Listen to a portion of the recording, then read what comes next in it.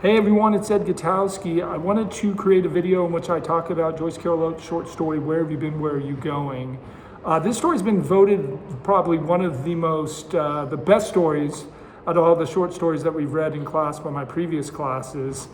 And it's easy to understand why. However, it's a really dark story.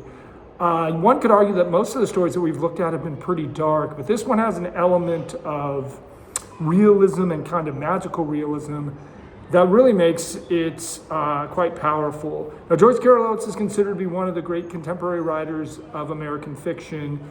She's still alive today. Scholars sometimes call her the female equivalent of, like, say, John Updike. She's not often compared to Anita Shreve because she's so vastly different from Shreve. But there's a lot that goes on in Where Have You Been, Where Are You Going? And if you peel back and look at the symbols and the images in the story, it really becomes quite an amazing story. So if you look at the story, right, we're introduced to Connie. And I always think that Connie is a normal, average, everyday 15-year-old, right? And we know that Connie has some problems with her family. She has some problems with her mom. Her mom is always nagging at her and kind of complaining at her. And one of the things that I always think is that Connie's relationship with her parents is kind of normal, right? And if you think about it, Connie is sort of coming of age. She's 15. She kind of looks at herself in the mirror. She's kind of starting to realize what that transition is from being a teenager and kind of a young adult. And this is pretty important to kind of point out, and I'll talk about it at the end of the video. But Connie's kind of always checking herself, kind of looking at herself. She's interested in boys, which I think all of this is kind of normal. I find Connie to be a normal, average teenage girl. Now, it's important to ask questions about her dad, right? Her dad basically is kind of the symbol of kind of the 1950s businessman. He goes to work, he dresses up in a suit and tie, he comes home, he has dinner, but he doesn't say much, right? He's always kind of really quiet. We know that Connie has an older sister who's kind of bland and kind of boring. And I think Connie is kind of at this point in her life where she's kind of bored with life. She wants kind of a little more excitement. And notice she kind of goes out and sneaks out with some boys from time to time. And then one day she's out with a boy and a really weird thing happens. Someone kind of sees her, kind of smiles and says, "And I'm gonna get you, honey." And it's kind of the weird part of the story. Then the story gets really interesting when it's a Sunday. Connie's parents are going go to church, or they're going out of town, and Connie doesn't want to go with them, which totally makes sense. And then all of a sudden, Connie's upstairs, she's listening to music, and all of a sudden a car pulls up, and a horn bonks, honk, honk, honk, and out jumps out Arnold Friend.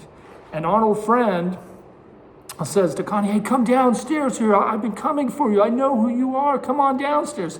She's looking at this guy. She doesn't know who this guy is. She's never seen this guy before. And notice she comes downstairs, and there's a door with a screen door, and Arnold Friend is kind of far away. And Arnold Friend says, "Hey, baby, I've come for you. I've come to come get you." And she's like, "Who are you? I've never met you before in my entire life." And notice notice the name Arnold Friend. It's pretty symbolic, right? It's pretty important. And notice Arnold Friend steps forward, and he starts to kind of talk in the same kind of lingo, but notice how it's kind of off, right? He starts talking about the music, but if this was 2025, he should be talking about Taylor Swift. Instead, he's talking about Madonna, right? He's talking about dated musicians. He's like, all the cool kids know this music, but his references are a little dated. Now, if Connie looks behind Arnold Friend and notice there's someone else in the car, and notice the color of the car becomes important because it's yellow. There are certain numbers scrolled on the car. The car has all these weird kind of remarks. Right? I think one of the remarks is, my other car is a UFO. There's a really stupid sticker on it that says crazy women drivers. And there's a series of numbers. And it's important to look at those numbers because those numbers will become important a little bit later on. And Arnold Friend says, hey, come on, come in here. Come out and get into the car. And she's like, I'm not going anywhere with you. And notice what's really weird is there's someone else in the car. And notice he's got something in his ear. He's listening to something. And notice what's really weird is the same music that's coming from the car is the same music that Connie is listening to. But notice the thing that he's listening to, what could he be listening to? He might be listening for a police scanner. They might have bugged her room. And it's the only time that the guy in the car makes mistakes. He says, hey, do you want me to pull out the telephone? And he goes, shut up. Hey, don't say anything. Hey, we're not going to do anything, girl. Just come with me. Come in the car. And notice the word language in the story is pretty important because it becomes pretty graphic. You're going to come into the car. You're going to come with me. And notice as Arnold gets closer, he doesn't appear to be what he seems. Right? Notice that his clothes are completely different. They're kind of wrinkled. They're not the cool kind of clothes that they look from afar. Notice if you look at it, his skin's kind of peeling, which says he's wearing makeup or some sort of mask. And Connie doesn't know what to do. And as he gets closer to the door, he says, baby, just come on out. All you got to do, come on out. And as he gets closer, notice he's kind of got a limp. It's almost as if he's got kind of a hooved foot. And notice that the devil is someone who would have a hooved foot. So there are some kind of religious references in the story.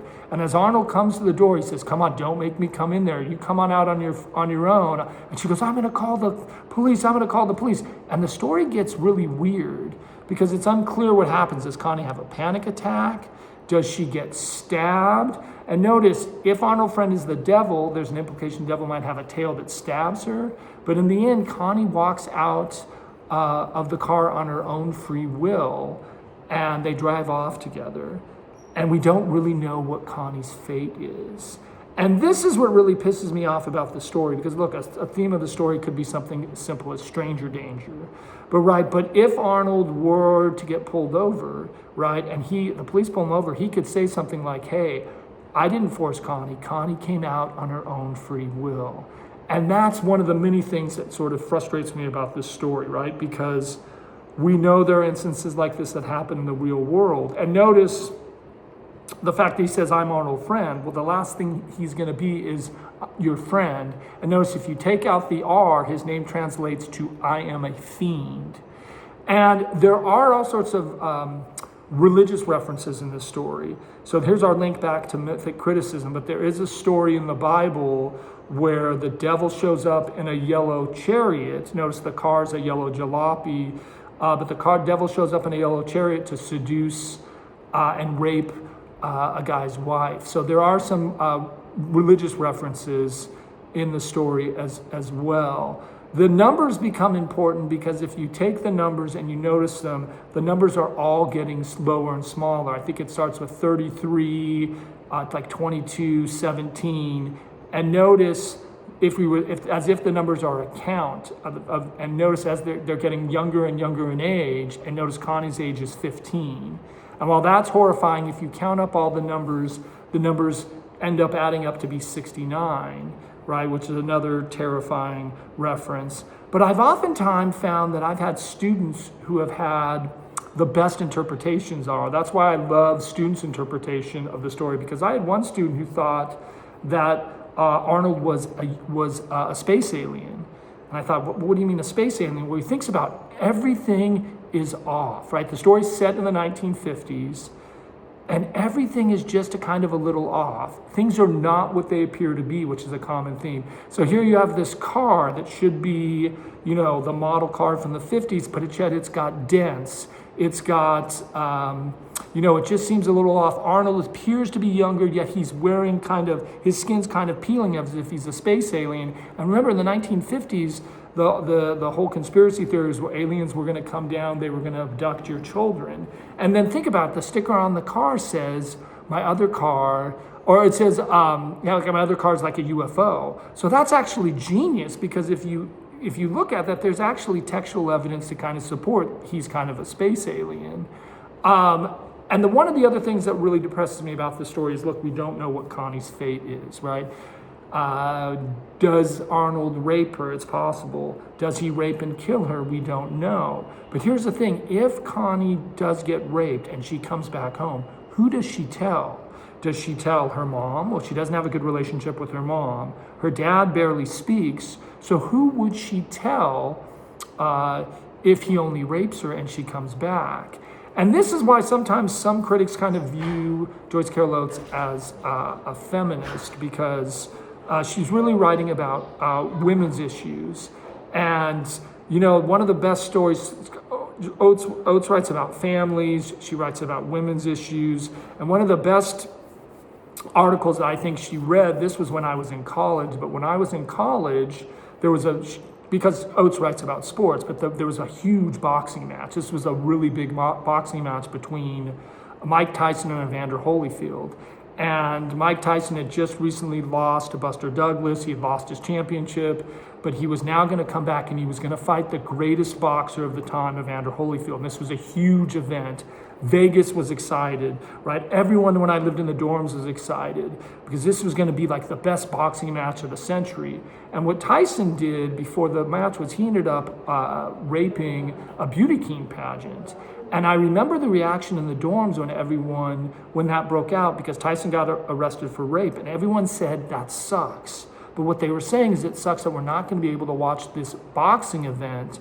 No one was saying, it sucks that Tyson raped a woman. And Joyce Carol Oates wrote this article that dealt with it, that just kind of shows the hypocrisy of, you know, and how we view rape in our society.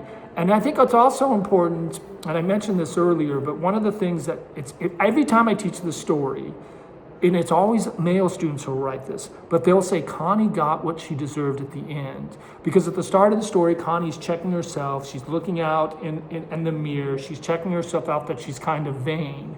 And I don't care what you think of Connie, no one deserves to come across someone like Arnold Friend. And so I think there are some important reasons to read this story, because Joyce is dealing with some really important issues. And I just wanted to create a video that kind of talked about the symbolism, helped you kind of better understand the story. So I'll be excited to see what your reaction is. And if you have any questions about it, there's a discussion board on it. You can post some discussion board posts, but I'm really excited to see what you think about where have you been, where are you going.